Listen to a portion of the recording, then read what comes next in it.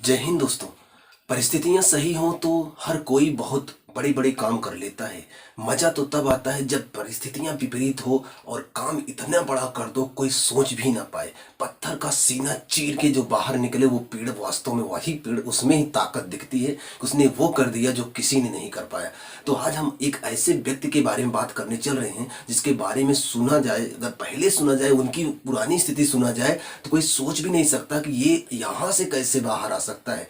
तो आज इस मुद्दे पे बात करेंगे, प्लस एक बात और बात करेंगे कि जिस टाइम भगत सिंह को फांसी हो रही थी उसी टाइम अंबेडकर भारत में मौजूद थे, तो वो भगत सिंह की फांसी की पैरवी क्यों नहीं किए, इस पे भी चर्चा करेंगे। लेकिन उसके पहले हम बात करेंगे अंबेडकर साहब का पूरा जीवन कैसा रहा, कितना झेला, कहाँ कहाँ कितना उन्होंने लोगों की बदसलूकी बर्दाश्त की, कितना बेइज्जत किए गए और कितने झेल कर कितना बड़ा काम किया और बाद में लोग कैसे उनके सामने आदर के साथ झुक गए।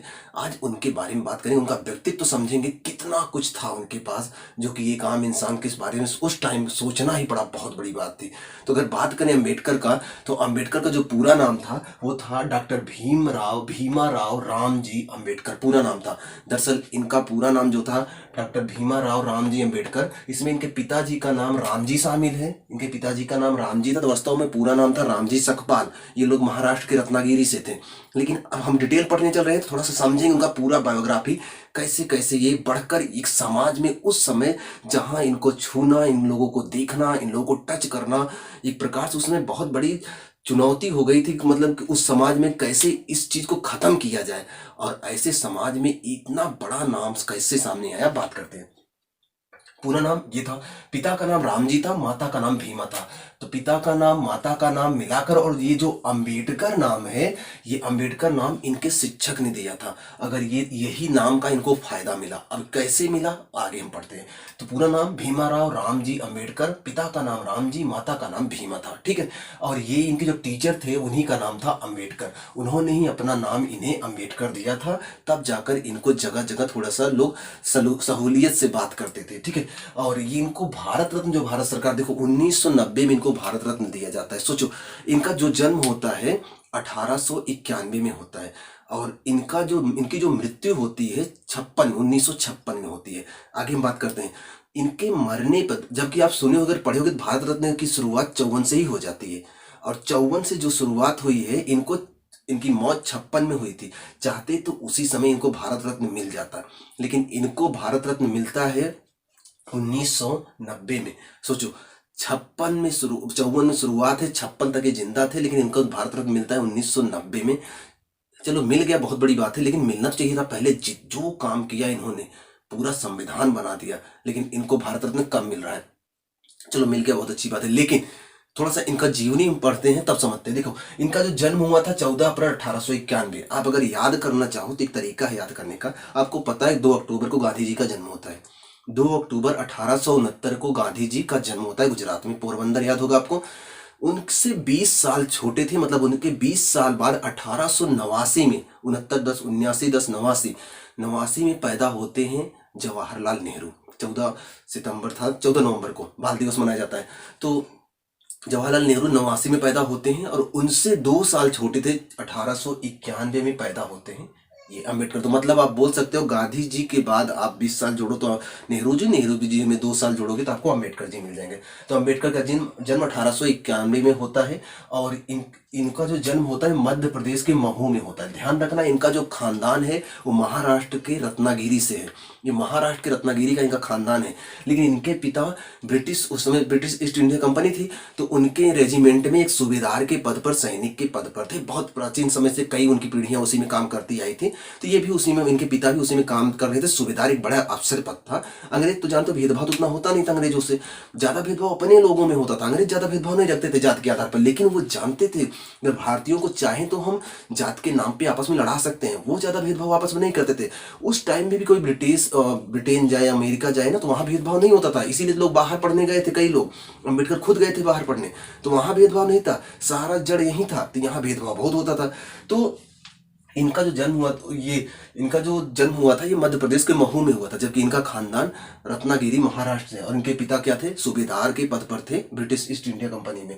और इनकी जो मृत्यु हुई थी, ये हुई थी 6 दिसंबर 1956 को, ठीक है। कहाँ हुई थी? दिल्ली में हुई थी। डायबिटीज से ग्रसित हो गए थे, डायबिटीज, और कहा जाता है कि सो रहे थे, सोते सोते ही मर गए, पता नहीं चला। सुबह लोग जब जगाने गए तब पता चला कि इनकी मौत हो चुकी है। तो डायबिटीज से इनकी मौत हुई थी। कब? 6 दिसंबर 1956 को। ध्यान रखना, ये मौत के अंतिम समय तक इन्होंने छोड़ दिया था हिंदू धर्म। क्यों छोड़ा था उसके बारे में बात करते हैं। देखो, पहले इसको थोड़ा सा बात कर लेते हैं, फिर बताते हैं क्यों छोड़ा था। देखो, इनकी जो शादी हुई थी, 1891 में पैदा हुए थे, और उस समय बाल विवाह खूब होते थे। इन्होंने 2 शादियां की थी। बाल विवाह खूब होते थे, तो इनकी शादी एक बहुत कम उम्र में हो जाती है। जो पहली शादी होती है वो रमाबाई से होती है 1906 में। 91 में पैदा हुए हैं और 1906 में शादी होता है। 9 साल उधर जोड़ो तो 9 और 6 इधर, 15 साल, मतलब 14-15 साल हद है कि उसी के आसपास शादी हो जाती है। तो इनका 1906 में इनकी शादी होती है, और उनकी पत्नी का नाम था रमाबाई। रमाबाई जो है ज्यादा दिन तक जिंदा नहीं थी, 1935 में वो मर जाती हैं, ठीक है। और जब वो मर जाती हैं, इनकी जब शादी हुई थी तो इनकी 15 साल के आसपास उम्र थी, और ये जब रमाबाई की मौत हो जाती है फिर ये अकेले रह जाते हैं। फिर 1948 में ये दोबारा शादी करते हैं, और इस बार शादी ऐसी जगह करते हैं कि पूरा समाज देखता रह गया। एक ब्राह्मण लड़की से शादी करते हैं। ये वही अंबेडकर हैं जिनको खाने पीने टच करने से भी अभी समस्या हो गया, कि हम बताएंगे इनके बारे में।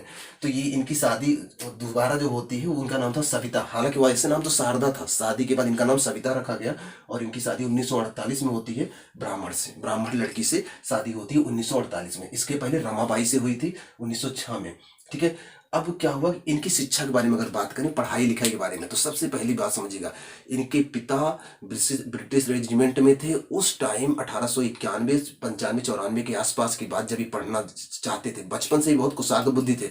कुल 14 भाई बहनों में सबसे छोटे थे ये, लेकिन पिता का लाड़ प्यार इन पर ज्यादा था। माँ बाप के लाड़ प्यार 2 ही जगह होते हैं, या तो सबसे बड़े बच्चे में या तो सबसे छोटे बच्चे में, तो इन पर बहुत ज्यादा था।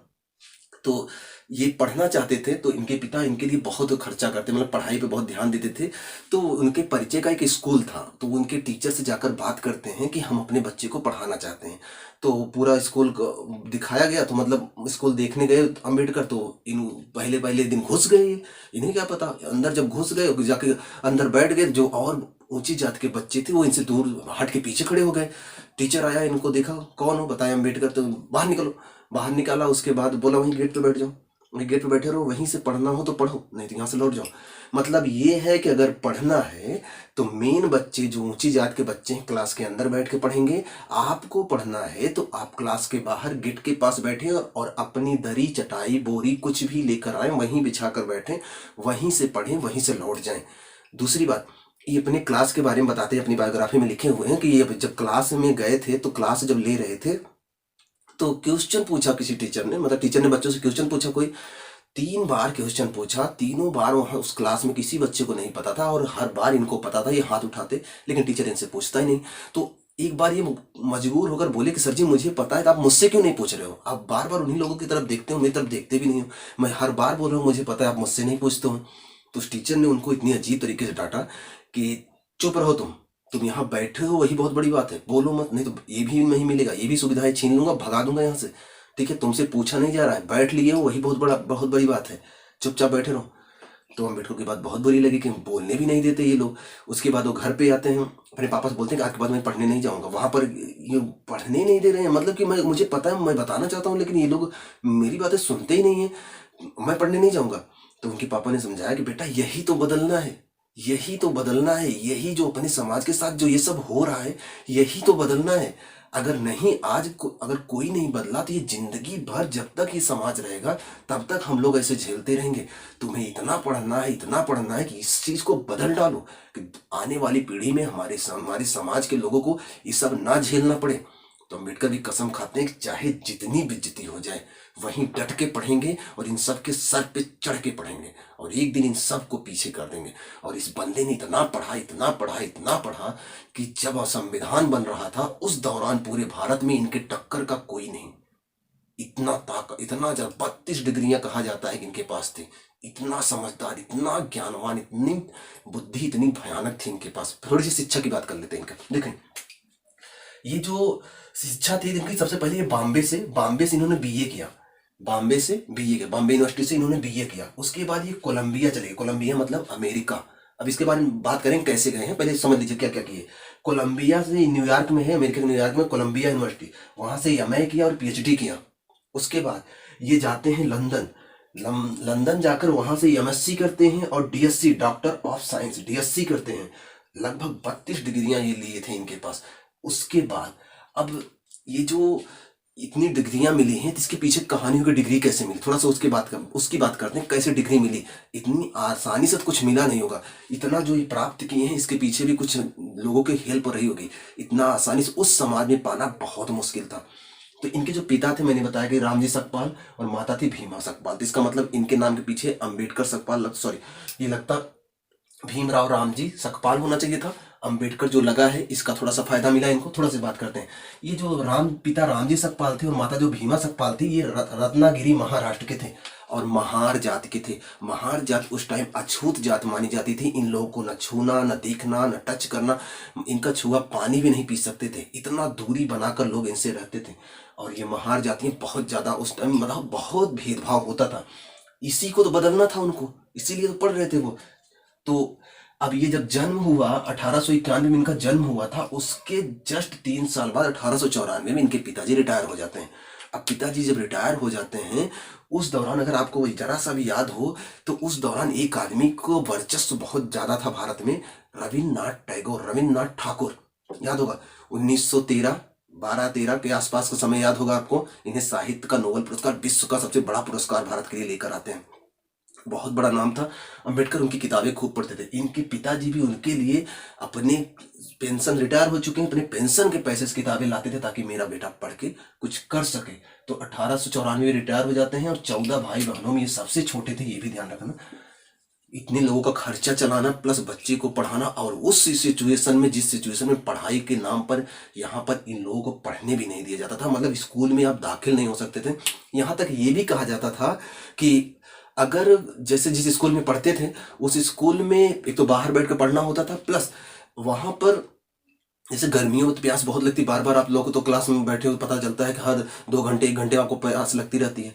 ये वो जब क्लास करने जाते थे, एक तो बाहर बैठना है, धूप में बैठे हो, ढंग से छत भी नहीं रहती, तो बाहर लू चल रही, हवा चल रही, गला सूख जाता था। लेकिन पानी पीना है तो वहाँ जो पानी है, आज की जगह तरह नल तो नहीं लगे होंगे हर जगह, सुराही में पानी रखा है। पानी अगर आपको पीना भी है तो वहां पर एक चपरासी है, वो चपरासी ऊपर से पानी डालेगा, आप पी सकते हो, आप खुद से पानी नहीं ले सकते। और कहा कहते हैं, अपनी बायोग्राफी में बताते हैं, अगर जिस दिन वो नहीं आता था, उस दिन हम लोगों को दिन भर प्यासे, मतलब हम तो क्या अकेले ही तो जाते थे, अपनी जात के पहले ऐसे बच्चे थे जो इतनी ऊंची पढ़ाई कर रहे हैं। तो ये बताते थे कि उस दिन हम अकेले, मतलब कि प्यासे रह जाते थे दिन भर। अगर वो कई दिन नहीं है तो कई दिन ऐसे भूख वहां प्यासे रहकर पढ़ना पड़ता था। जबकि अन्य जात के बच्चों को पूरा अधिकार था, वो जाकर लेकर पी सकते थे। लेकिन मेरे लिए चपरासी है, वो ऊपर से डालेगा तभी पी सकते हैं। इतनी खतरनाक व्यवस्था थी। ऐसी सिचुएशन में दरवाजे के बाहर अगर धूप है, धूप में बैठकर पढ़ना है, वो भी पूछ नहीं सकते, जो समझा रहे हैं समझते जाओ, पढ़ते जाओ, अपने से समझो। ज्यादा वहां बात तो कर ही नहीं सकते थे। अभी बताइए, आपको कुछ नहीं कर सकते थे। ऐसी सिचुएशन पड़े। इनका जो गांव था, उस गांव का नाम था अंबाद वेदकर। अंबाद अंबाद वेकर गांव था। और अंबाद वेकर गांव में महार जातियों को बहुत पिछड़ा, तुच्छ समझा जाता था। इसीलिए इस गांव के नाम से ही लोग जान जाते थे कि ये कहाँ के हैं और इनका रहन सहन कैसा है, इनको टच नहीं करना। इस दुनिया भर की भ्रांतियां फैली हुई थी। ठीक।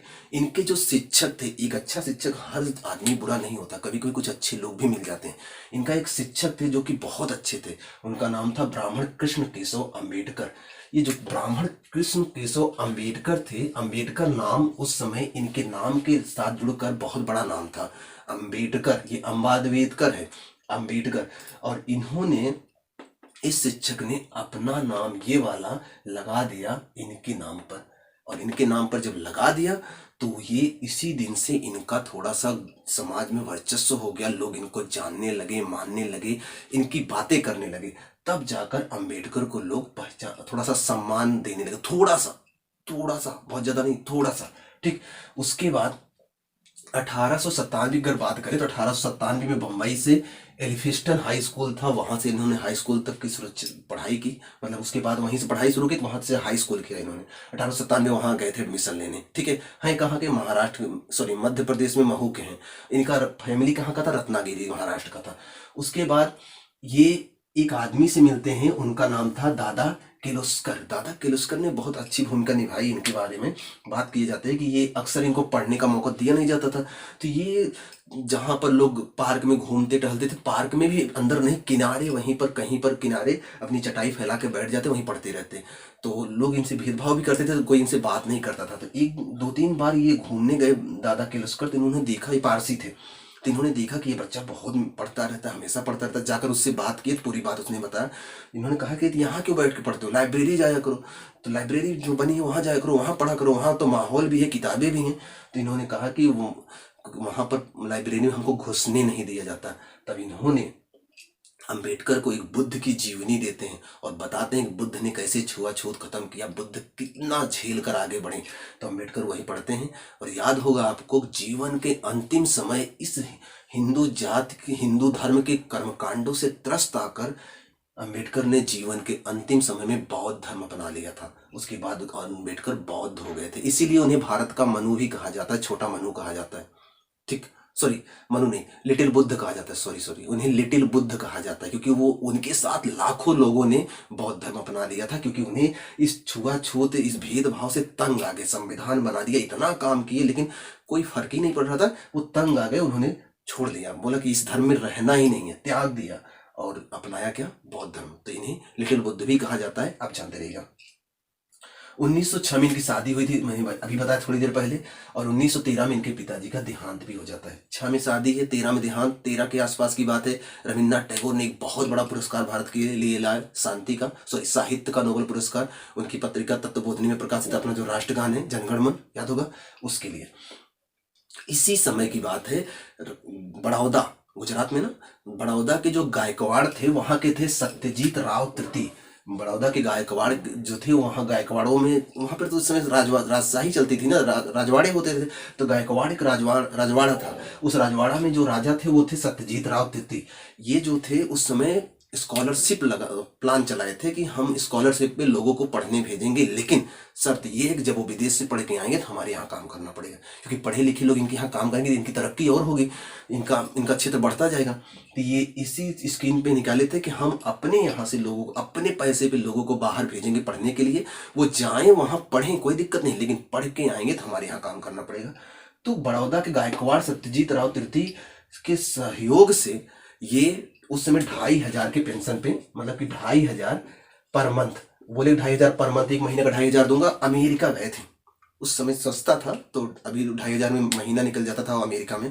आज तो बहुत महंगा, अमेरिका में 2500 में क्या, आप इलाहाबाद में भी नहीं रह पाओगे 2500 में। तो थोड़ा सस्ता था तो काम चल गया। तो ये गए, कहाँ गए, अमेरिका गए, वहां पर पढ़े। कब, 2500 पर मंथ किसने दिया, सत्यजीत राव, ये गायकवाड़, बड़ौदा के गायकवाड़ थे, और वहीं पर थे। और 14 में गए थे, 13 के लास्ट 14 के आसपास गए थे, 1914। और आपको याद होगा, प्रथम विश्व युद्ध 1914 में ही शुरू होता है और 1918 में खत्म होता है। तो ये जब गए तो वहां गए, और वहां पर जब पढ़ रहे थे, इसी दौरान विश्व युद्ध शुरू हो गया। और इस दौरान गायकवाड़ ज़्यादा पैसे नहीं भेज पाए, तो ये स्कॉलरशिप समय से पहले इनकी ख़त्म हो गई। तो इनको 17 में ही 4 साल रहना था, कम से कम 18 तक तो रहते, उसके बाद और भी आगे पढ़ने के प्लान में गए थे, लेकिन ये स्कॉलरशिप खत्म होने की वजह से ये 17 में, 1917 में वापस आ जाते हैं, ठीक है। 1917 में जब ये वापस आ जाते हैं, तो आपको याद होगा 1915 में गांधी जी दक्षिण अफ्रीका से भारत आ चुके हैं, ठीक। अभी तो हमें ये भी बात करना है कि वो भगत सिंह का केस क्यों होने लगे, क्योंकि इसी पैरेलल पर अपना भारतीय आज़ादी के राष्ट्रीय नेशनल मूवमेंट भी चल रहा है। हम अंबेडकर को केवल पक्ष में रखकर देख रहे हैं, ओके। मैंने आपको बताया कि ये 1917 में वापस आ रहे थे, और मैं ये भी बताया कि प्रथम विश्व युद्ध इस टाइम चल रहा है, जो कि 18 तक चलने वाला है, और ये 17 में ही वापस आ रहे हैं। और 17 में जो अमेरिका से एक जहाज आ रहा था, उसी में ये वो जहाज जो है रास्ते में पानी में पलट जाता है। दरअसल जर्मनी की एक पनडुब्बी, आप प्रथम विश्व युद्ध पढ़ोगे पता चलेगा, जर्मनी के पास पनडुब्बी थी। वो पनडुब्बी जमीन पानी के बहुत अंदर तक जाती थी और बहुत अंदर जाकर जब वो जहाज के नीचे जाती थी तो अचानक जहाज के नीचे से ऊपर आती थी। जब जहाज के ऊपर आती थी तो जो जहाज ऊपर तैर रहा था वो पलट जाता था। तो ये जो जर्मनी ने अमेरिका का एक जहाज पलट दिया पानी में, और उसमें अम्बेडकर साहब की ढेर सारी किताब, थीसिस जो इतना दिन उन्होंने पढ़ के तैयार किया, नोट्स, सब के सब डूब गए, सब का सब नष्ट हो गया। बस अच्छा ये था कि अम्बेडकर उस जहाज में नहीं थे, बस उसमें उनकी किताबें थी। तो वो किताबें सब खराब खत्म हो गई। अम्बेडकर हालांकि बाद में वापस आते हैं और जैसे यहाँ आएंगे इन्होंने समझौता किया है गायकवाड़ से कि हम जहाँ पढ़ने जा रहे हैं, इन्होंने भेजा है जो भी पढ़ने जाएगा लौट के आएगा तो मेरे यहाँ काम करना पड़ेगा। तो ये जब लौट के आए तो ये गायकवाड़ के यहाँ पहुंचे और ये इतनी ऊंची पढ़ाई की, इतना ज़्यादा पढ़े थे, विदेश से पढ़ के आए थे। तो इन्होंने यहाँ पर अपनी सेना का रक्षा सचिव बना दिया, डिफेंस सेक्रेटरी बना दिया, सचिव बना दिया। सचिव बहुत बड़ा पद होता है, तो इनके लिए अलग से का एक चैम्बर बनाया जाएगा, अलग से कुर्सी मेज हर व्यवस्था होगी। लेकिन जहाँ जाएंगे कहीं रहने के लिए इनको कमरा भी चाहिए, दिन भर ऑफिस में, दिन रात ऑफिस में तो रहेंगे नहीं।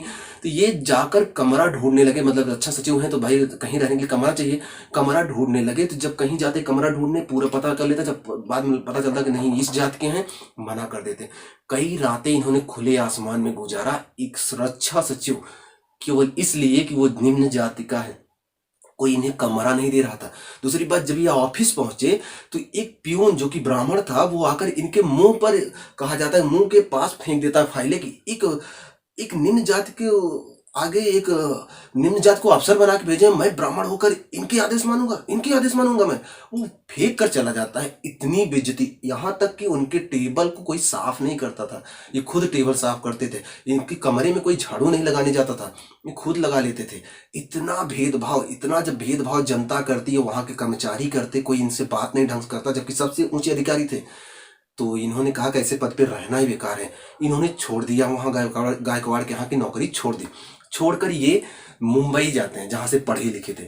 मुंबई जाते हैं और एक प्रोफेसर की तरह नौकरी करते हैं। 1918 में गायकवाड़ के यहाँ सचिव बनकर गए थे, मुंबई में गए, प्रोफेसर बन गए और एक स्कूल में गए। तो वहां पर पहले दिन ही बच्चों ने हड़ताल कर दी, नहीं मैं इनसे पढ़ूंगा, हम लोग इनसे पढ़ेंगे, हम लोग उच्च जात के, एक निम्न जात के हमको क्या पढ़ाएंगे।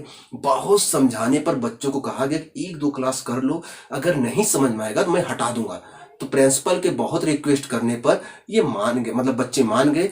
2 क्लास किए होंगे बच्चे तो फिदा हो गए इनके ऊपर। होता है ना टीचर में अगर क्वालिटी हो ना तो बच्चे अपने आप फिदा हो जाते हैं। बस टीचर को भी इतना क्वालिटी होना चाहिए, वो बच्चों को बांध सके, बच्चों को समझा सके। ये नहीं कि ऐसा पढ़ा रहा है बच्चे सो रहे हो, ठीक है। टीचर का भी एक गुण होना चाहिए कि वो बच्चे को 1 घंटे 1.5 घंटे की जो भी क्लास हो, ऐसा पढ़ाए कि बच्चे ऊबे ना, बच्चों को चीजें समझ में आए। अगर वैसे नहीं समझ पा रहे हैं, अपने से इमेजिन नहीं कर पा रहे, तो आप चित्र बनाओ, लेकिन उनको बच्चों को ऐसा समझाओ कि आपके जाने के बाद भी आपको याद रखें कि हाँ आपने ऐसा पढ़ाया, हम आपकी दिल से रिस्पेक्ट करते हैं। तो जब ये तो बहुत हायर क्वालिफाई थे, तो ये तो ऐसा पढ़ाते कि लोग झूम जाते थे। जब इतना अच्छा पढ़ाए ना तो वहाँ के बच्चे बोले कि हो गए, किसी जात के जात मायने नहीं रखता, इनसे शिक्षा अच्छी मिल रही है, आज से हमारे टीचर है, हमारे माँ बाप कुछ माने, हमसे फर्क नहीं पड़ता है। तब जाकर ये वहां पर प्रोफेसर की तरफ काम तो करने लगे, मतलब कि वहां पर पढ़ाने लगे, बच्चे खुश थे इनसे। लेकिन वहां के जो और टीचर थे उनसे ये उब गए, वो एकदम से रूढ़िवादी, पहली बात। दूसरी बात, इतना अच्छा पढ़ाते दूसरे टीचर को जलन होने लगी, इतना अच्छा कैसे पढ़ा सकता है, ठीक है। जब कोई बहुत अच्छा पढ़ाने लगता है ना, अन्य टीचर जो है उनके खिलाफ साजिशें रचने लगते हैं। अब इनके खिलाफ साजिश रचना शुरू किए, इतना अच्छा कैसे ये पढ़ा सकता है, इसको किसी न किसी तरीके से हटाने के प्लान बनने लगे। अगर ये जिस जग में पानी पीते ना, उस जग को लोग टच नहीं करते। जहां कुर्सी लगा के बैठते थे ऑफिस में, जैसे क्लास छूट गई तो ऑफिस में भी बैठेंगे, कहीं बैठा होगा टीचरों का ग्रुप बैठता है ना, वहां बैठने जाते तो सब टीचर उठ जाते, या फिर इनके लिए कुर्सी नहीं खाली रखते। मतलब बहुत भेदभाव होता था। सब झेल झेल कर वहां भी पढ़ाते रहे, मुंबई में प्रोफेसर बन के पढ़ाए। 1920 में आप साहू जी का नाम सुने होंगे, याद होगा आपको, शिवाजी के खानदान साहू जी। तो साहू जी जो थे, इन कोल्हापुर वाले, कोल्हापुर महाराष्ट्र में आप जानते हो, 1920 में साहू जी ने इनको सहयोग दिया, इनको हेल्प किया। देखो बड़े जो आदमी होते हैं वो धर्म के चक्कर में नहीं पड़ते हैं, ये केवल आम इंसान, ये जो एकदम छोटे, मतलब जिनके पास बहुत पैसा नहीं होता ना, वो केवल धर्म के नाम पर लड़ते मरते रहते हैं। आप बड़े बड़े अमीरों को देख लो, उनके लिए धर्म बड़ी बात नहीं होती, वो किसी भी धर्म में किसी भी जात से शादी कर लें, किसी के साथ खाएं पिए, कोई फर्क नहीं पड़ता है। लेकिन जैसे ही आप अपने लेवल या अपने छोटे से लेवल पे जाओगे ना, धर्म के नाम पे लोग तलवारी लेकर घूमते रहते हैं। कितना अजीब है, मतलब कि हम बड़े हो गए, मतलब कि तो धर्म खत्म हो गया, हम छोटे छोटे गरीब है, धर्म ही सब कुछ है। धर्म बहुत कुछ नहीं है, हर सिचुएशन में धर्म चेंज होता रहता है। आप बाप के सामने हो तो आपका बेटे का धर्म होगा, आप खुद बाप बन गए हो तो आपका पिता का धर्म होगा, आप शादी हो गई तो आपका पति का धर्म होगा। धर्म तो चेंज होता रहता है, सिचुएशन के हिसाब से धर्म होना चाहिए। धर्म 1920 में ही इन्होंने जो पत्र निकाला था, मूक नायक था। मूक नायक मतलब कि हम लोग, जैसे इनका समाज था, बोलने नहीं दिया जाता था, शोषण होता था, सब चुपचाप बर्दाश्त करते थे। मूक मतलब जो बोल ना सके, मूक। तो मूक नायक, ऐसे नायक जो कि बोल नहीं पा रहे हैं फिर भी समाज में आगे बढ़कर अपना कंट्रीब्यूशन कर रहे हैं, अपना योगदान दे रहे हैं। तो मूक नायक नाम से इन्होंने पत्रिका निकाला, किसके, साहू जी के सहयोग से, जो कि कोल्हापुर के थे।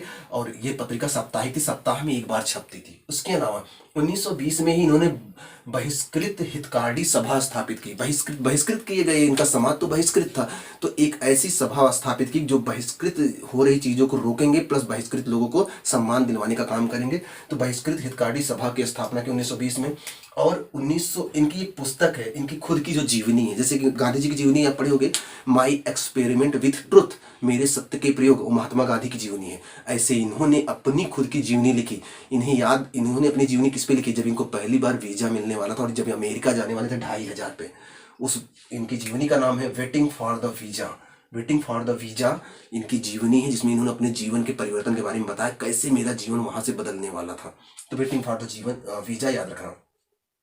1946 में इन्होंने एक पुस्तक लिखी थी, इनका नॉवेल था हु वेयर द शूद्राज, शूद्र, शूद्र कहाँ रहे, हु वेयर द शूद्राज इनकी नॉवेल है, ये भी याद रखना।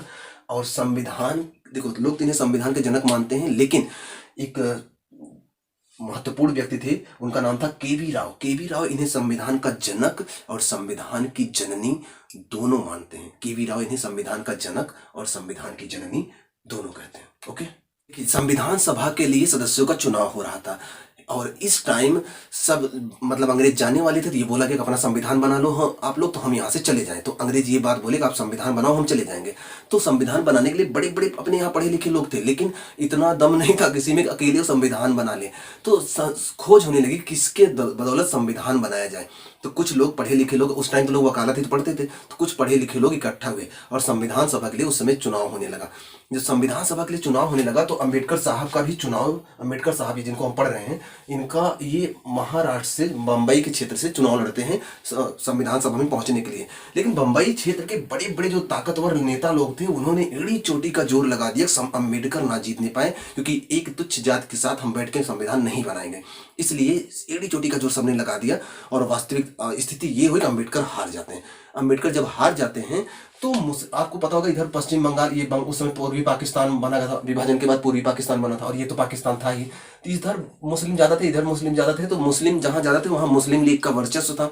तो मुस्लिम लीग के सहयोग से अंबेडकर बंगाल से लड़ते हैं और यहां से जीतकर संविधान सभा में पहुंचते हैं। ठीक, संविधान सभा में जब पहुंचते हैं 6 दिसंबर 1947, याद होगा, 46 को, सॉरी 6 दिसंबर 1946, नहीं 9 दिसंबर, उसके बाद 11 दिसंबर। तो 9 दिसंबर 1946 को जब संविधान सभा की पहली बैठक होती है, तो उस टाइम देश आजाद नहीं हुआ है। देश तो 15 अगस्त 1947 को आजाद होता है, तो देश आजाद ही नहीं हुआ है, लेकिन यहाँ बैठक शुरू हो गई तो अम्बेडकर यहाँ से शामिल हो गए। लेकिन कुछ दिन बाद देश आजाद होने वाला है। जैसे ही देश आजाद हुआ, वैसे ही यह वाला क्षेत्र चला गया पाकिस्तान में, ये भी गया पाकिस्तान में। अब अम्बेडकर को यहाँ से इस्तीफा देना पड़ेगा। दूसरी बात, जिन्ना जो कि पाकिस्तान बनवा रहा था, उसने अम्बेडकर को कहा कि आप इतना छुआछूत में यहाँ बैठे हो, इतना भेदभाव आपके साथ होता है, आप हमारे साथ चले चलो वहाँ पर, वहाँ आप जो पद बोलोगे वो पद मिल जाएगा, वहाँ रहिए, वहाँ कोई भेदभाव नहीं होगा। तो अम्बेडकर ने कहा कि नहीं, मुझे यहीं रहना है, और ये जो हमारे समाज में लोगों के साथ हो रहा है उसी को तो बदलना है मुझे। मैं छोड़ के चला जाऊँ, कौन बदलेगा? इस टाइम अगर मैं अपनी जातियों में हूँ तो सबसे ज्यादा पढ़ा लिखा मैं ही हूँ। अगर मैं ही यहाँ से भाग गया लालच में, तो इनको कौन देखेगा? मुझे रुकना पड़ेगा यहाँ पर। और ये यहाँ पर रुकते हैं और ये यहाँ से त्याग पत्र दे देते हैं कि मैं जिन्ना आपके साथ नहीं जाऊंगा, भले मुझे अपना पद छोड़ना पड़े। त्याग पत्र देते हैं। और ये लोग, जवाहरलाल नेहरू, महात्मा गांधी, ये जो संविधान सभा गठन हुआ है, ये लोग सोच रहे हैं अब कैसे बनाया जाए संविधान। सोच नहीं पा रहे कैसे संविधान बनाए। वो उनको बोलते बनाओ, वो बोलते हैं तुम बनाओ, तुम बनाओ। बोलते तुम भी तो ब्रिटेन से पढ़ के आए हो, बोलते तुम भी तो ब्रिटेन से पढ़ के आए हो, चलो बनाओ। लेकिन बनाए कैसे, स्ट्रक्चर कैसे बने, समझ ही नहीं आ रहा है किसी को। संविधान कैसे बनाए, दिमाग का बुद्धि भ्रष्ट हो गई, किसी के दिमाग में बात ही नहीं चल रही कैसे शुरुआत करें, क्या बनाएं। अब गांधी जी बार बार नेहरू कह रहे हैं कि जाकर अम्बेडकर से मिलो। तब जाकर अंबेडकर से बोलते हैं कि संविधान बना था। अंबेडकर बोले जीतने तो दे ही नहीं रहे मुझे, संविधान क्या बनाओगे। तो बी एन राव संविधान सभा के संवैधानिक सलाहकार, ये संविधान सभा के अध्यक्ष राजेंद्र प्रसाद, इनसे बोलते हैं कि अंबेडकर को लाओ संविधान सभा में, नहीं तो बना नहीं पाओगे, कुछ कर नहीं पाओगे, ऐसे पड़ा रह जाएगा और कोई दूसरा देश आकर गुलाम कर ले जाएगा। इतना भेदभाव मत करो, बुलाओ उनको, उनके बिना कुछ नहीं होने वाला है। ठीक है। तो राजेंद्र प्रसाद जो है, बीजी खेर जो कि उसमें बंबई प्रांत से क्या थे, पीएम, तो उस टाइम सीएम नहीं होते थे, प्रधानमंत्री होते थे, हर प्रांत में प्रधानमंत्री होते थे। बीजी खेर पर ये इनको बोले तो ये इनको दबाव डाले।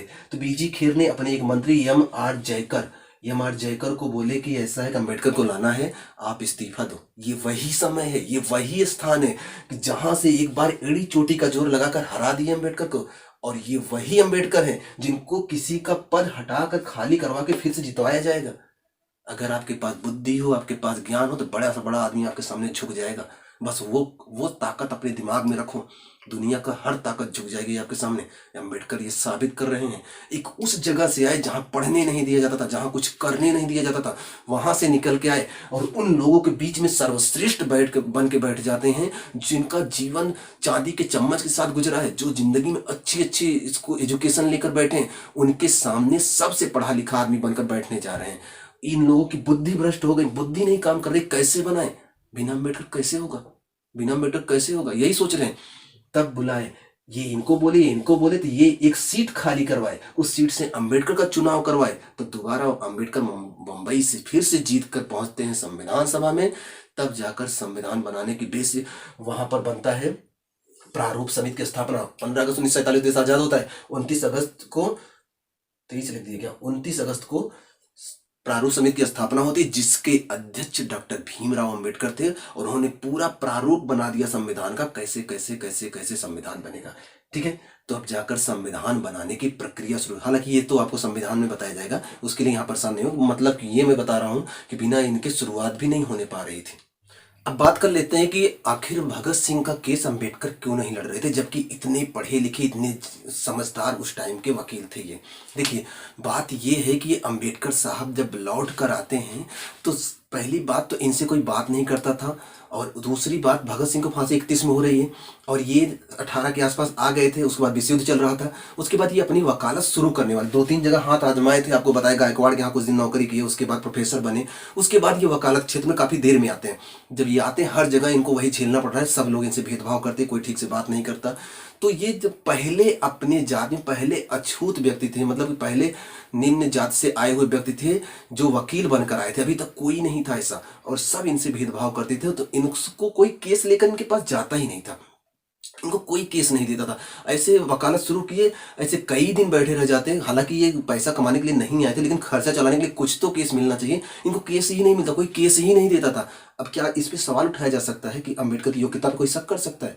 जरूरी नहीं है कि आपको केस नहीं मिल रहा है तो आपकी योग्यता पे कोई शक करे। ठीक है, मतलब कि आप योग्य नहीं हो सकता है आप किसी और चीज के लिए बने हो। ठीक है, इसलिए कभी भी दूसरों के जज करने पर अपनी योग्यता पर खुद पे शक नहीं करना चाहिए। क्या अम्बेडकर यहाँ पर क्या अम्बेडकर को लगता है आपको कि उनके पास योग्यता नहीं थी, उनको केस नहीं मिल रहा है? उनको केस जातिवाद की वजह से नहीं मिल रहा था, कोई केस ही नहीं मिल रहा था। दूसरी बात, भगत सिंह पर जो केस चल रहा था वो लाहौर में चल रहा था और अम्बेडकर बंबई में रह रहे थे।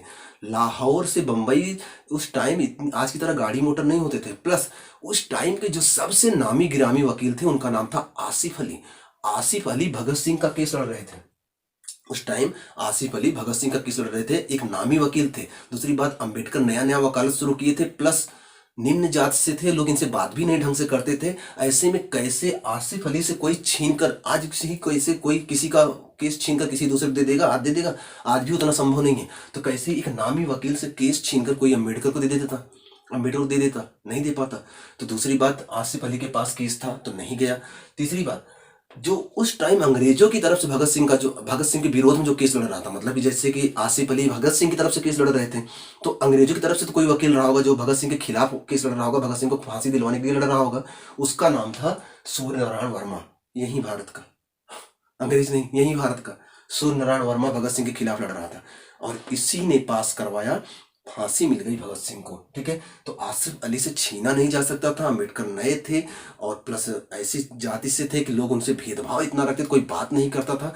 तो कैसे कोई दे देगा? अम्बेडकर क्या छीन पाएंगे? आपको लगता है छीन पाएंगे? नहीं छीन पाएंगे। उतना उनका वर्चस्व ही नहीं है वो छीन पाएंगे। तो नहीं हो पाया ऐसा। तो इसीलिए अम्बेडकर जी वहां पर गए भी नहीं और उनसे किसी ने कभी बात ही नहीं की। हालांकि अपने लेखों में हमेशा भगत सिंह के बारे में वो बोलते रहते थे। हालांकि अब और कोई काम चारा तो था नहीं। अपनी जो पत्रिकाएं लिखते थे, मूक नायक या फिर और भी जो पत्रिकाएं थे, मूक नायक तो बाद में आई, जो भी उस समय लेख लिखते थे उस लेख में हमेशा भगत सिंह के बारे में लिखते थे कि ये गलत हो रहा है। ऐसा गांधी जी को भी सलाह बोलते थे, लेकिन गांधी जी भी अलग थे। कहानी गांधी जी वाला फिर कभी डिस्कस करेंगे। तो इस वजह से भगत सिंह को फांसी हो गई और अंबेडकर कुछ नहीं कर पाए। दूसरी बात, अंबेडकर की जो पुस्तक है, एक तो थी रिडल्स ऑफ हिंदुज्म। हिंदुज्म के ऊपर इन्होंने लिखा, क्योंकि हिंदू में बड़ा भेदभाव था तो इसी से परेशान थे। पुस्तक, वो पुस्तक का नाम है थॉट्स ऑफ पाकिस्तान। और इन्होंने तीनों गोलमेज सम्मेलन में हिस्सा लिया है, लेकिन कांग्रेस की तरफ से महात्मा गांधी केवल एक गोलमेज सम्मेलन, दूसरे गोलमेज सम्मेलन में हिस्सा लिए थे। अंबेडकर तीनों गोलमेज सम्मेलन में हिस्सा लिए थे। पूना पैक्ट भी हुआ था, आपको याद होगा, 1932 में महात्मा गांधी और अंबेडकर के बीच में। लेकिन पूना पैक्ट पे जो साइन हुई है वो दो लोगों का हुआ, एक तो अंबेडकर का हुआ, दूसरा मदन मोहन मालवीय का। अंबेडकर का हस्ताक्षर, सॉरी, महात्मा गांधी का हस्ताक्षर नहीं था। समझौता हुआ है महात्मा गांधी और अंबेडकर के बीच में, लेकिन जो साइन हुआ है अंबेडकर का हुआ और मदन मोहन मालवीय का हुआ है। ठीक है, समझौते में वही लिखते, राजेंद्र प्रसाद भी थे साथ में। और ये लोकसभा, जानते हो लोकसभा चुनाव जब हुआ था पहली बार आजादी के बाद, लोकसभा चुनाव कराए गए थे ना, उस चुनाव में भी अंबेडकर हार जाते हैं। सोचो कितना लोग द्वेष रखते थे। जब हार गए तो इनको राज्यसभा से चुनकर लाया गया, तब जाकर इनको लोकसभा में पहुंचाया गया। और ये हिंदू कोड बिल लाने के लिए, समान सिविल संहिता लाने के लिए इतना परेशान थे, मतलब सबको बराबर करना चाहते थे, इसलिए समान सिविल संहिता लाना चाहते थे। लेकिन इसका इतना विरोध हुआ कि नेहरू जी पास नहीं करवा पाए। तो अंबेडकर इसके विरोध में अपने पद से इस्तीफा दे दिया, नहीं पास करवाओ नहीं तो मैं इस्तीफा दे दूंगा। अंततः इन्होंने इस्तीफा दे दिया और समान सिविल संहिता उस टाइम पास नहीं हो पाई। ठीक, तो ध्यान रखना, बहुत बड़े बड़े काम किया है। ये छोटा सा वीडियो था, आपको जरूर समझ में आया होगा और कुछ फायदा जरूर मिलेगा आपको। इसको पढ़ लीजिएगा, आपको आधुनिक इतिहास में बहुत ही सब चीज़ें जोड़ दोगे तो बहुत सारी जानकारी मिल जाएगी। उसके बाद किसी दूसरे वीडियो में किसी दूसरे भारत के, जैसे सुभाष चंद्र बोस हैं, महात्मा गांधी हैं, बहुत सारे लोग हैं, उन पर भी वीडियो बनाएंगे ताकि धीरे धीरे आप इन सब के बारे में अच्छे से जान जाओ। ठीक है, तो चैनल पर पहली बार सब्सक्राइब कर लीजिएगा। मिलते हैं नेक्स्ट वीडियो में, तब तक पढ़ते रहें, खुश रहें, मस्त रहें।